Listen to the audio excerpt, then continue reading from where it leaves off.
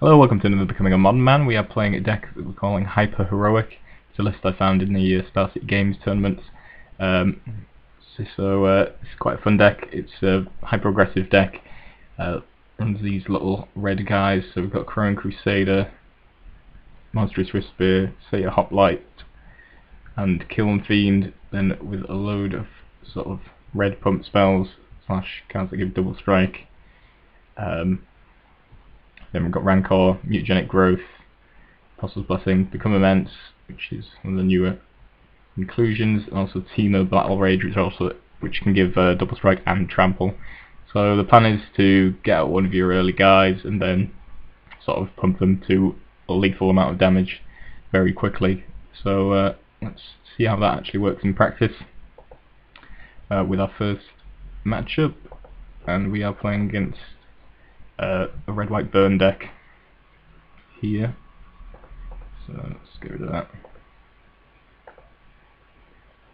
Okay, so this is our opener. We've got a Hoplite, a Crusader, a Kiln Fiend, then we've got Rancor, Mutagenic Growth, and Temur Battle Rage. Probably slightly more creatures than we would like, maybe slightly fewer lands than we would like, but I think we can run with this. Someone runs out a Goblin Guide. Gosh, we don't reveal land, we reveal another Crusader, which isn't really what we want. Clave-Ridden Foothills and play out our Hoplite. Reveal Lightning Bolt off the top. Opponent plays a Eidolon, which I'm going to bolt because it's for us actually. It's particularly good against this deck because we are just trying to play a lot of very quick and cheap spells. So I'm just going to attack because I'm not blocking with this guy. Feel another Satyr Hoplite off the top. Has Eidolon and I think a second Eidolon, and I think I concede to that. Mainly because we don't really have any way of dealing with it, and it's going to kill us very quickly. Suppose we could have cast Rancor on a Hoplite, which wouldn't have done us a great deal of good. It's very hard to see a way out of this actually with the current board, and I think maybe it was a slightly early concession, but I definitely think we would have ended up losing this one. Any spell we play costs us 2 life, and then he's got a pair of 2/2s, and then presumably 5 of the cards on the next turn, which most of which will probably be burn spells.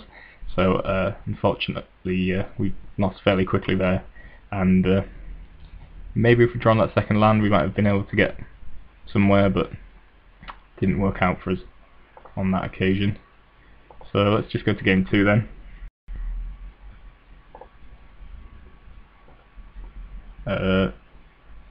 Going to play first obviously, and this is our opener. We've got double Swiftspear, Rancor, and double Mutagenic Growth with a couple of lands. That looks pretty sweet to me. Let's just run out a Spear and tap for 1. 19. Opponent plays his own Swiftspear, attacks for 1, which is fine. I feel like I'm going to be more aggressive. I'm going to be able to play out a second Swiftspear, cast a Rancor, attack for 6. I don't particularly want to go off with our Mutagenic Growth just yet. I could do. I mean, I could have done. We would have been able to deal how much damage? So we're currently dealing 6. And it would have been 7, 8, 9, 10, 11, 12, 13, 14. Would it? So we could have put them down to 2. But I don't see any rush to do that, and also I feel like paying the life to the Mutagenic Growth is probably the easiest way we could potentially lose, I guess. I think we'd still be fairly safe on 14 life or whatever it would be, but yeah, I didn't see any particular reason to pull the trigger like immediately, but yeah, I mean, there's certainly an argument just to go for it there. I suppose it's turn 2. It's not very likely he's going to have a big comeback, so maybe I should have just gone for it straight away, put him down to 2, and just seen where we went from there. But he plays a Helix on his turn, just lets me get my Rancor back. He attacks for 2. I get to Rancor up. I'm going to play out a Hoplite. Just going to attack here. Turn, I suppose, with the mutagenic growth, but it just seems like a waste when we can get prowess triggers. But yeah, I suppose maybe we were better off just putting him down to 2, because then his Helix would have just killed off one of our guys and we would have been able to kill him this turn. So yeah, I'm kind of regretting that decision on looking back on it. So we just attacked here. I didn't fancy using the double mutagenic growth because it opens up to him just burning his back very, very hard. So plays Swift Spear, Lava Spikes us, then runs out another Swift Spear, so presumably he's actually planning on blocking, because otherwise he should have played that pre-combat and before playing out with other spells. But we're actually pretty much in an unlosable situation here. We've got 2 spells in the graveyard, so we can cast both these mutagenic growths and become immense, and actually we don't even need to do that much. So we just attack with both our guys. He locks the Trampler. I'm going to pump it with mutagenic growth, and then I can also cast Become Immense on my Hoplite to make it an 8/8 for this turn, as well as on it permanently. So that is overkill, to be quite honest. Probably could have won a bit faster, I think, if we actually just gone for the turn 2 double mutagenic growth and put him down to 2. Don't think he actually would have had a great answer to that.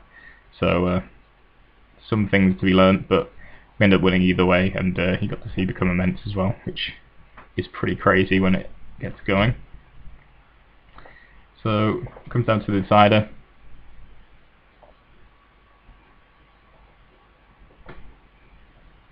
Let's see if we can get rid of that.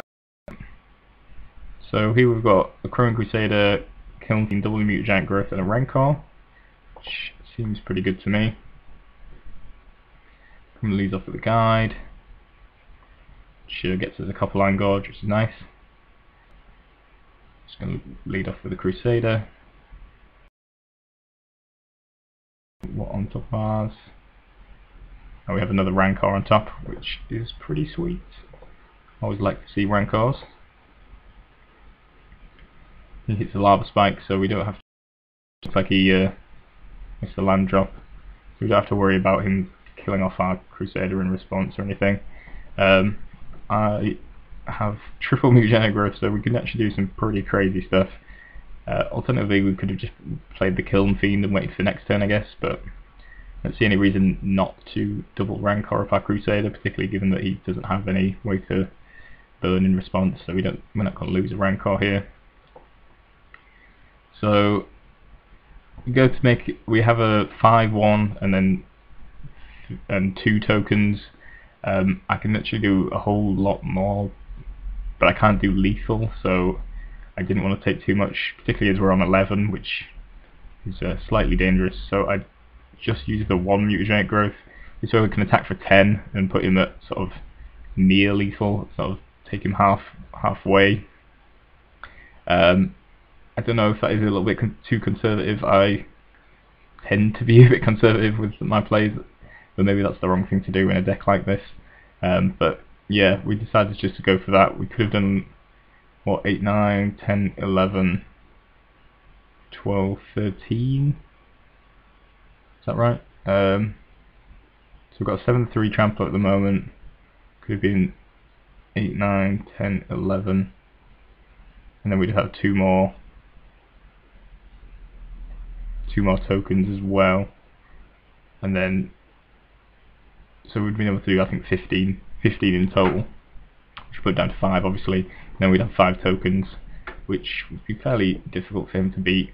But obviously, going down to 7 potentially puts us in a difficult position. But the fact he's only got 1 land maybe would have made that worthwhile. You'd have to see. But as it was, I decided just to attack for 10. and see if he could do anything about that. And he just conceded on his turn, which is perhaps a bit too early, but I'm assuming he just didn't draw that second land and just didn't really have anything to do. So no answer to the Crowing Crusader, presumably, because I suppose next turn at the very least he could have killed the Crusader during our combat, and that would have left us in a slightly difficult situation, I guess. I guess I would just run out the Kiln Fiend. So yeah, maybe I should have been more aggressive with the Mute Giant Growths, but I think I was just scared about losing life against the burn deck, which is a fairly natural thing to do. But yeah, got to see some pretty cool plays. Got to see Crusader go off as well as the Swift Spears as well. So this was a pretty good matchup, and we managed to win it as well, so all good.